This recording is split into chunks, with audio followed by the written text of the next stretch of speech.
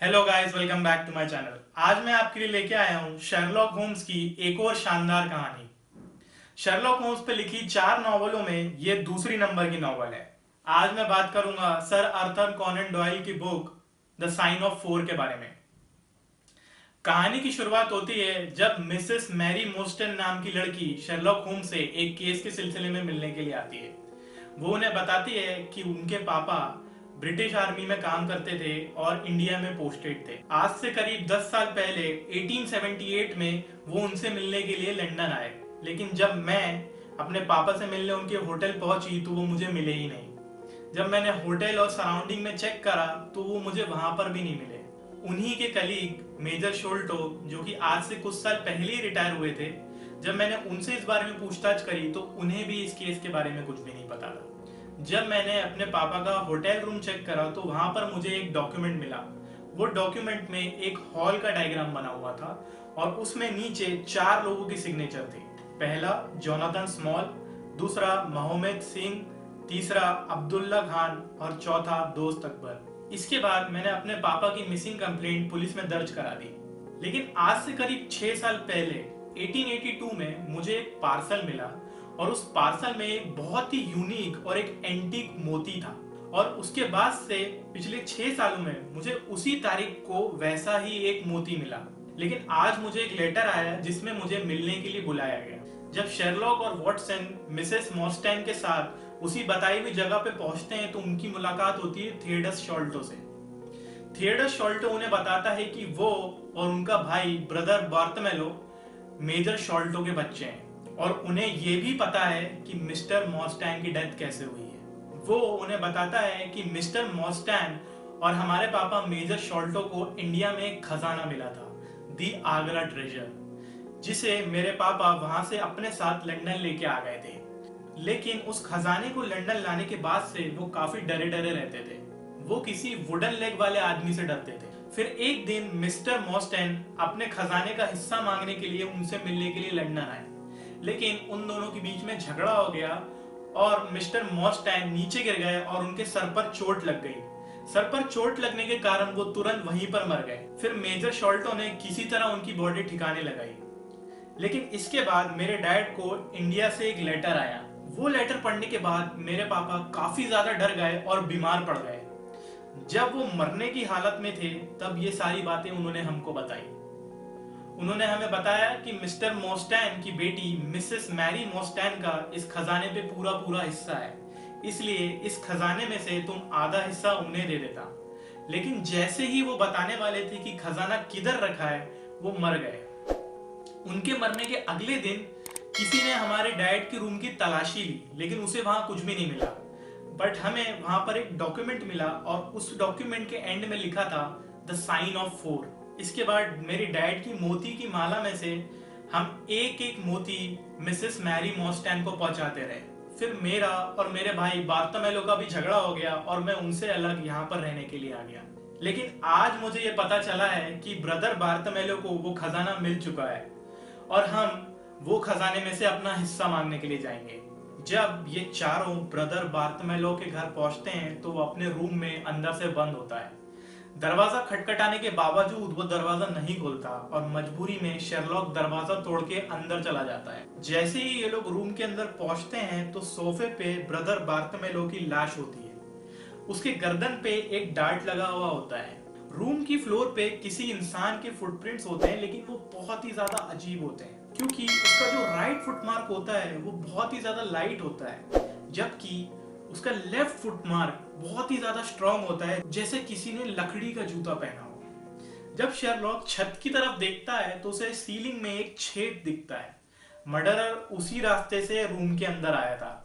जब शेरलॉक छत पे जाके चेक करता है तो वो चौंक जाता है क्योंकि छत पर एक बच्चे के फुटप्रिंट्स होते हैं। शेरलॉक फिर स्निफिंग डॉग की मदद से ये पता करने की कोशिश करता है कि मर्डरर किस रास्ते पे गए। स्निफिंग डॉग सूंघते सूंघते उन्हें बीच तक लेके चला जाता है। शेरलॉक फिर बताता है कि ये लोग पानी के रास्ते से भागे। बीच पर कोने में एक छोटा सा घर होता है जिस पे लिखा होता है कि यहाँ पर किराए से बोट मिलती है। जब शेरलॉक उस घर में जाके पूछताछ करता है तो उसे पता चलता है कि कल रात एक वुडन लेग वाला आदमी आया था और हमारी बोट को लेके चला गया। शेरलॉक यहाँ पे बोलता है कि हम जिस इंसान को ढूंढ रहे हैं उसका नाम है जोनाथन स्मॉल। डॉक्टर वॉटसन बोलता है कि ये तुम कैसे कह सकते हो, जिस पे शेरलॉक उसे बताता है कि हमें मिस्टर मॉर्स्टैन के पास से जो डॉक्यूमेंट मिली असल में वो एक मैप था और आज के टाइम पे मैप केवल एक इंग्लिश मैन ही बना सकता है। जबकि हम मैप पे अगर 4 लोगों के नाम पढ़ें तो उसमें से 3 नाम इंडियंस के थे और केवल एक नाम इंग्लिशमैन का था।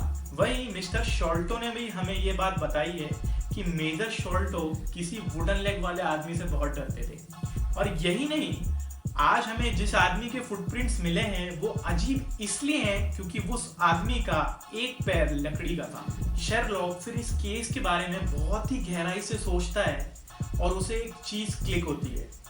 फिर वो अपने बुक शेल्फ से एक बुक उतारता है, a history of Andaman islands.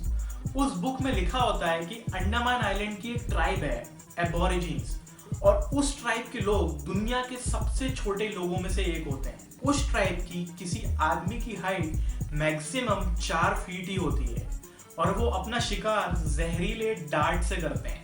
Sherlock को यहाँ पे समझ में आ जाता है कि उस रात छत पे जो इन्हें छोटे बच्चे के पैर के निशान मिले थे वो किसी बच्चे के नहीं थे बल्कि इसी ट्राइब के किसी आदमी के थे। और क्योंकि मिस्टर मॉर्स्टैन और मेजर शोल्टो अंडमान आइलैंड पे ही पोस्टेड थे तो जरूर उनका इससे कुछ ना कुछ कनेक्शन होगा। शेरलॉक फिर पुलिस बोट की मदद से जोनाथन स्मॉल की बोट को ढूंढ लेता है और उनका पीछा करता है। बोट पर शेरलॉक को वही छोटा सा आदमी दिखता है जिसका नाम होता है टूंगा। वो शेरलॉक पे जहरीले डार्ट से हमला करता है लेकिन शेरलॉक किसी तरह बच जाता है और रिटर्न में डॉक्टर वॉटसन उस पे शूट कर देते हैं और टूंगा मौके पर ही मर जाता है। शेरलॉक और उसकी टीम फिर जोनाथन स्मॉल को पकड़ लेती है लेकिन जैसे ही वो खजाना खोल के देखते हैं तो खजाना बिल्कुल खाली होता है। जोनाथन स्मॉल फिर बोलता है कि अगर ये खजाना मुझे नहीं मिल सकता तो ये किसी को नहीं मिलेगा, इसलिए मैंने एक एक करके वो खजाना पानी में फेंक दिया। जोनाथन स्मॉल फिर अपनी पूरी कहानी बताता है। जोनाथन बताता है कि वो ब्रिटिश आर्मी का एक ऑफिसर था और उसकी पोस्टिंग थी आगरा फोर्ट पे। उसके अंडर 2 और लोग थे, मोहम्मद सिंह और अब्दुल्ला खान। फिर एक रात उन्होंने मुझे बताया कि एक राजा अपना खजाना सुरक्षित करने के लिए एचमेट नाम के ट्रेडर के साथ अपना सारा खजाना आगरा फोर्ट में भेज रहा है और उसके साथ हमारा एक दोस्त भी है, दोस्त अकबर। आपको बस ये करना है कि जब वो फोर्ट के दरवाजे पे आए तो आप उन्हें अंदर आने दें, फिर उसके बाद बाकी का हम संभाल लेंगे और अगर आप ऐसा करते हैं तो हम आपको उस खजाने में से हिस्सा देंगे। फिर जोनाथन ने उनकी कहे पर ऐसा ही करा और फिर जब एचमेट वो खजाना लेके फोर्ट में आया तो उन लोगों ने मिलके एचमेट को मार दिया और उसकी बॉडी को फोर्ट में ही छुपा दिया और खजाना भी उन्होंने फोर्ट में छुपा दिया। लेकिन वो राजा और भी ज्यादा होशियार निकला क्योंकि उसने एचमेट के पीछे अपना एक जासूस भेजा था और वो जासूस ने एचमेट को फोर्ट के दरवाजे से अंदर जाते हुए देख लिया था। इसके बाद इंक्वायरी हुई और ब्रिटिश आर्मी को एचमेट की बॉडी मिल गई और हम चारों को उसके मर्डर के आरोप में अंडमान आइलैंड पे भेज दिया गया। फिर एक दिन मैंने मेजर शॉल्टो और मिस्टर मॉर्स्टन को उस खजाने के बारे में बताया और ये बोला कि अगर वो हम चारों को यहाँ से भागने में मदद करते हैं तो हम उन्हें उस खजाने में से 5वां हिस्सा देंगे। मेजर शॉल्टो और मिस्टर मॉर्स्टन ये बात मान गए लेकिन उन्होंने ये शर्त रखी कि पहले मेजर शॉल्टो आगरा जाके देख के आएंगे कि वाकई में वहां पर कोई ऐसा खजाना है भी कि नहीं। इसके बाद मेजर शॉल्टो आगरा के लिए निकले लेकिन वो कभी वापस आए ही नहीं। हमें ये न्यूज मिली कि उन्होंने अर्ली रिटायरमेंट ले लिया है और वो लंदन जाके बस गए हैं। ये बात सुन के मुझे बहुत गुस्सा आई क्योंकि उन्होंने हमें धोखा दिया था और इसके बाद मेरा एक ही मिशन था, मेजर शॉल्टो को मारना। फिर आइलैंड पे मेरी मुलाकात टोंगा से हुई। टोंगा की हाइट बहुत छोटी थी लेकिन उसका निशाना बहुत अच्छा था। उसने मुझे आइलैंड से भागने में मदद करी और उसके बाद मैं लंदन आया और मेजर शॉल्टो को ढूंढने लगा। लेकिन जब तक मैं उनके पास पहुंच पाता वो मर चुके थे और मुझे खजाना भी नहीं मिला।